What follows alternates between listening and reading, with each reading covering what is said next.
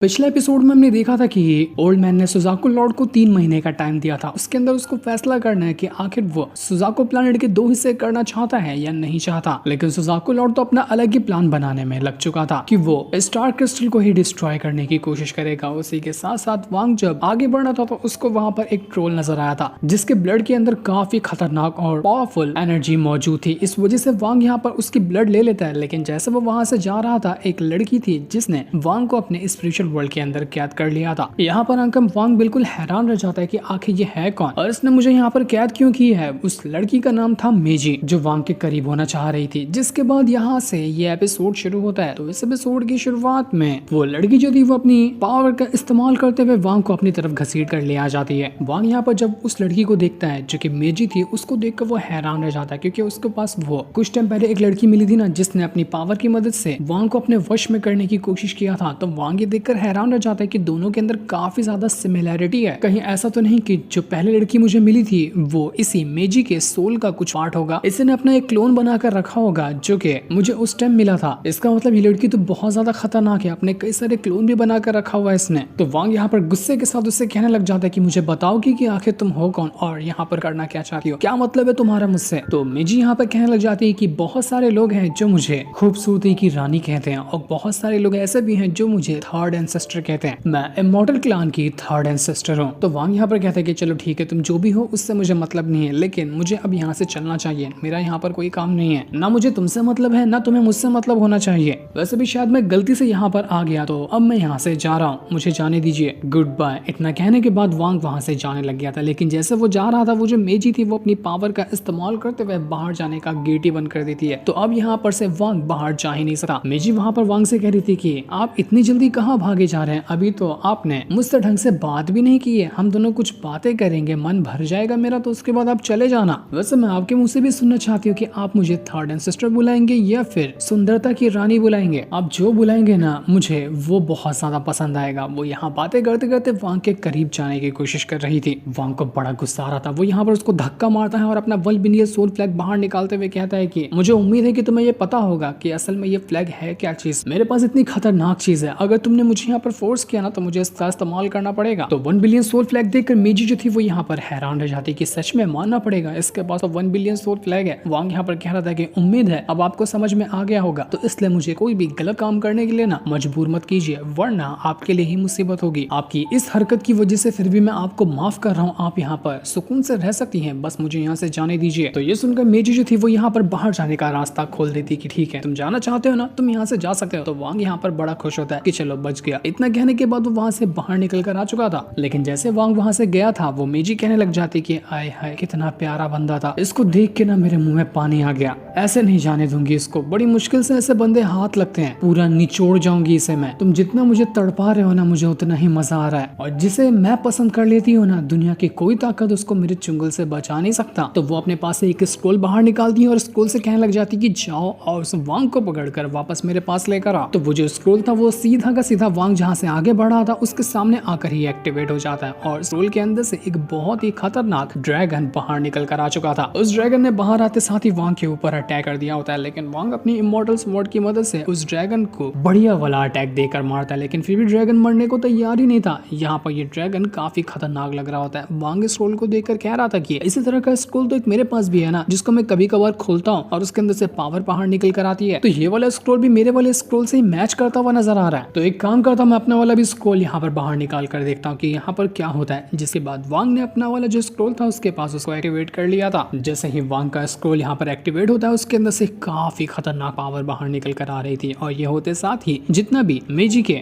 Beast वगैरह थे वो यहाँ पर घबरा जाते हैं। वो लोग अपना अटैक रोकने की कोशिश कर रहे थे, वरना तो वो सीधे चले जाते वांग के स्क्रोल के अंदर और वो हमेशा के लिए वहां जाकर फंस जाते। मेजी ये देखकर घबरा जाती कि नहीं नहीं, मुझे अपने बीस्ट को रोकना होगा। वो लोग अगर स्क्रोल के अंदर गए ना तो कभी वहां से बाहर निकल कर नहीं आ पाएंगे। वो तुरंत अपने बीस्ट वगैरह को वापस अपने स्क्रोल के अंदर डालकर अपना स्क्रोल वापस हासिल करने की कोशिश कर रही थी। लेकिन वांग का जो स्क्रोल था उसके अंदर हम किसी अजीब सी फिगर को देख पाते हैं। हो सकता है कि वो कोई लड़की हो, लेकिन उसकी शक्ल ढंग से दिखाई नहीं जाती। तो वो लड़की जैसे अपनी पावर को एक्टिवेट करती है, मेजी के बीस्ट जो उसके स्क्रोल से बाहर निकल कर आए थे वो अपना स्क्रोल छोड़कर वांग वाले स्क्रोल के अंदर रिटर्न जाकर फंस जाते हैं और वो वहां जाकर हमेशा के लिए कैद हो चुके थे। यानी कि हो सकता है कि जब वांग अगली बार अपना स्क्रोल एक्टिवेट करेगा तो जो मेजी के बीस्ट थे वो उसके अंदर से निकल कर बाहर आएंगे और वांग की बातें मानने लग जाएंगे। ये होते साथ ही मेजी की हालत खराब हो जाती है क्योंकि उसका स्क्रोल भी वाट लग गई स्क्रोल की और उसके बीस्ट भी उसके हाथ से चले गए। ये चीज उसको बर्दाश्त नहीं हो रही थी कि ये आखिर हो क्या गया, आखिर ये वांग लिन है कौन, कहाँ से आया है ये बंदा, कहाँ से इसके पास इतनी ज्यादा पावर है और ये स्क्रोल ये कहाँ से लेकर आया। जिस स्क्रोल ने तो मेरे स्क्रोल की पूरी धज्जियां उड़ा के रख दिया।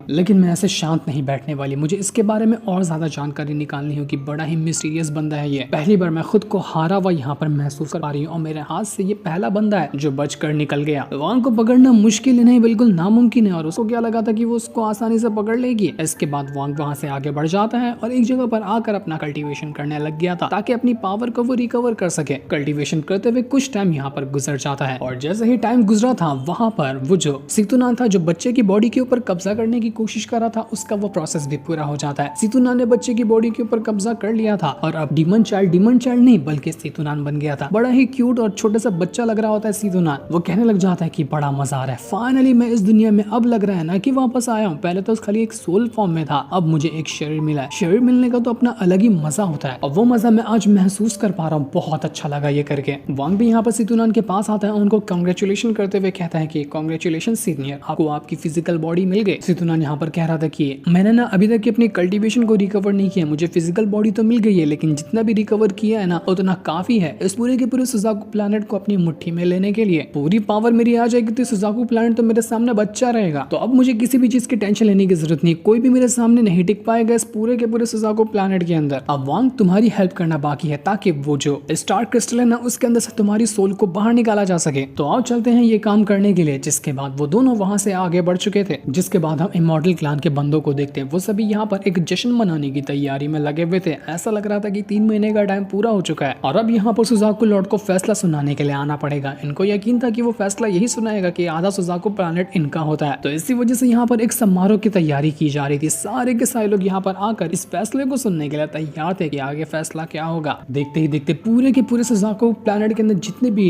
इमॉर्टल क्लैन के मेंबर वगैरह है वो सभी एक के बाद एक करते हुए इकट्ठा हो रहे थे। यहाँ पर इनकी तादाद मानो की लाखों करोड़ों तक के पहुंच गई हो। दूर खड़ा जब सुजाकू लॉर्ड ये चीजें देखता है तो वह हैरान रह चुका था कि मानना पड़ेगा ये इमॉर्टल क्लैन वालों की पावर ना अब बहुत ज्यादा बढ़ चुकी है। ये लोग इतने ज्यादा और इतने बौखलाए हुए हैं ना कि इनसे मुकाबला करना थोड़ा सा टफ होने वाला है। लेकिन वो अपने दोनों खास डिसाइबल जो कि कियान फेंग और लियोमी है उनसे कह रहा था कि आज तुम्हें ना एक कमाल की चीज देखने को मिलेगी जो कि मैं करने वाला हूँ। तुम्हें आज जिंदगी और मौत का असल मतलब समझ में आएगा। यहाँ पर जो होगा उसे देखने के बाद देखते ही देखते जितने भी पुराने एंसेस्टर, जितने भी बाकी पावरफुल बंदे जो इमॉर्टल ट्राइब के थे वो सभी यहाँ पर आकर इकट्ठा हो चुके थे और सुजाकू लॉर्ड को बताने लग जाते कि हम ये है, हमारी पोजीशन ये है। वो लोग जैसे ही एंट्री मार रहे थे उनके हर एक कदम से वो जो सुजाकू लॉर्ड का महल होता है वो चकनाचूर हो रहा था। इतनी ज्यादा पावर होती है उन सभी के अंदर। वो सब यहाँ पर सुजाकू लॉर्ड को डराने की कोशिश कर रहे थे कि हम लोग इतने पावरफुल है, अब हमारे सामने तू नहीं टिक सका, बेहतर यही होगा कि तू अपनी हार मान लेना। तो सुजाकू लॉर्ड को डराने के लिए ही ये काम यहाँ पर किया जा रहा था। मेजी भी वहां पर आकर पहुंच जाती है। वो सुजाकू लॉर्ड से कहती कि मुझे भूल तो नहीं गए ना, या फिर मैं अभी भी याद हूँ। बड़ी आसानी से तुमने सोच लिया था कि तुम मुझे मार डालोगे, लेकिन मैं तो तुम्हारी उम्मीदों से भी ज्यादा पावरफुल हूँ, इसलिए मुझे मारना तुम्हारे बस की बात नहीं है। सब लोग के यहाँ पर आने के बाद आखिरी में एंट्री मारता है ओल्ड मैन और ओल्ड मैन यहाँ पर आने के बाद सुजाकू लॉर्ड से कह रहा था कि सुजाकू लॉर्ड तुम्हारा 3 महीने का टाइम पूरा हो चुका है, तो जरा बताओगे मुझे कि तुमने क्या फैसला लिया। मुझे लगता है ना और मुझे उम्मीद है कि तुमने अपना जो थोड़ा बहुत दिमाग है उसका इस्तेमाल करके सही ही फैसला लिया होगा जिससे तुम्हारा भी फायदा हो सकता है और हम सबका भी फायदा हो सकता है। तो अपना मुंह खोल के बताओगे कि तुम्हारा फैसला है क्या। तो सुजाकू लॉर्ड जो था वो यहाँ पर कहने लग जाता है कि ये ऑफर तुम लोगों ने ही मुझे दिया है ना कि मुझे सुजाकू प्लैनेट को 2 हिस्सों में बांट देना चाहिए, आधा तुम्हारा होगा और आधा मेरा होगा। मुझे पता है कि तुम लोगों ने ये ऑफर मुझे क्यों दिया, क्योंकि तुम्हारे दिमाग के अंदर अभी भी ना वो स्टार क्रिस्टल का डर बैठा हुआ। तुम्हें लगता है कि मैं यहाँ पर स्टार क्रिस्टल को डिस्ट्रॉय कर दूंगा, इसलिए तुम मेरा भी फायदा करना चाहते हो कि आधे जगह पे मेरा राज होगा और आधे पे तुम्हारा। वरना तुम्हारी पावर ना इतनी ज्यादा है, तुम लोग इतने ज्यादा हो चुके हो कि तुम कब का मुझ पर हमला करके मेरी जान लेने की कोशिश करते हैं। क्यों, सच कह रहा हूं ना मैं, फटी पड़ी है ना तुम लोगों की भी उस कल्टीवेशन स्टार क्रिस्टल से।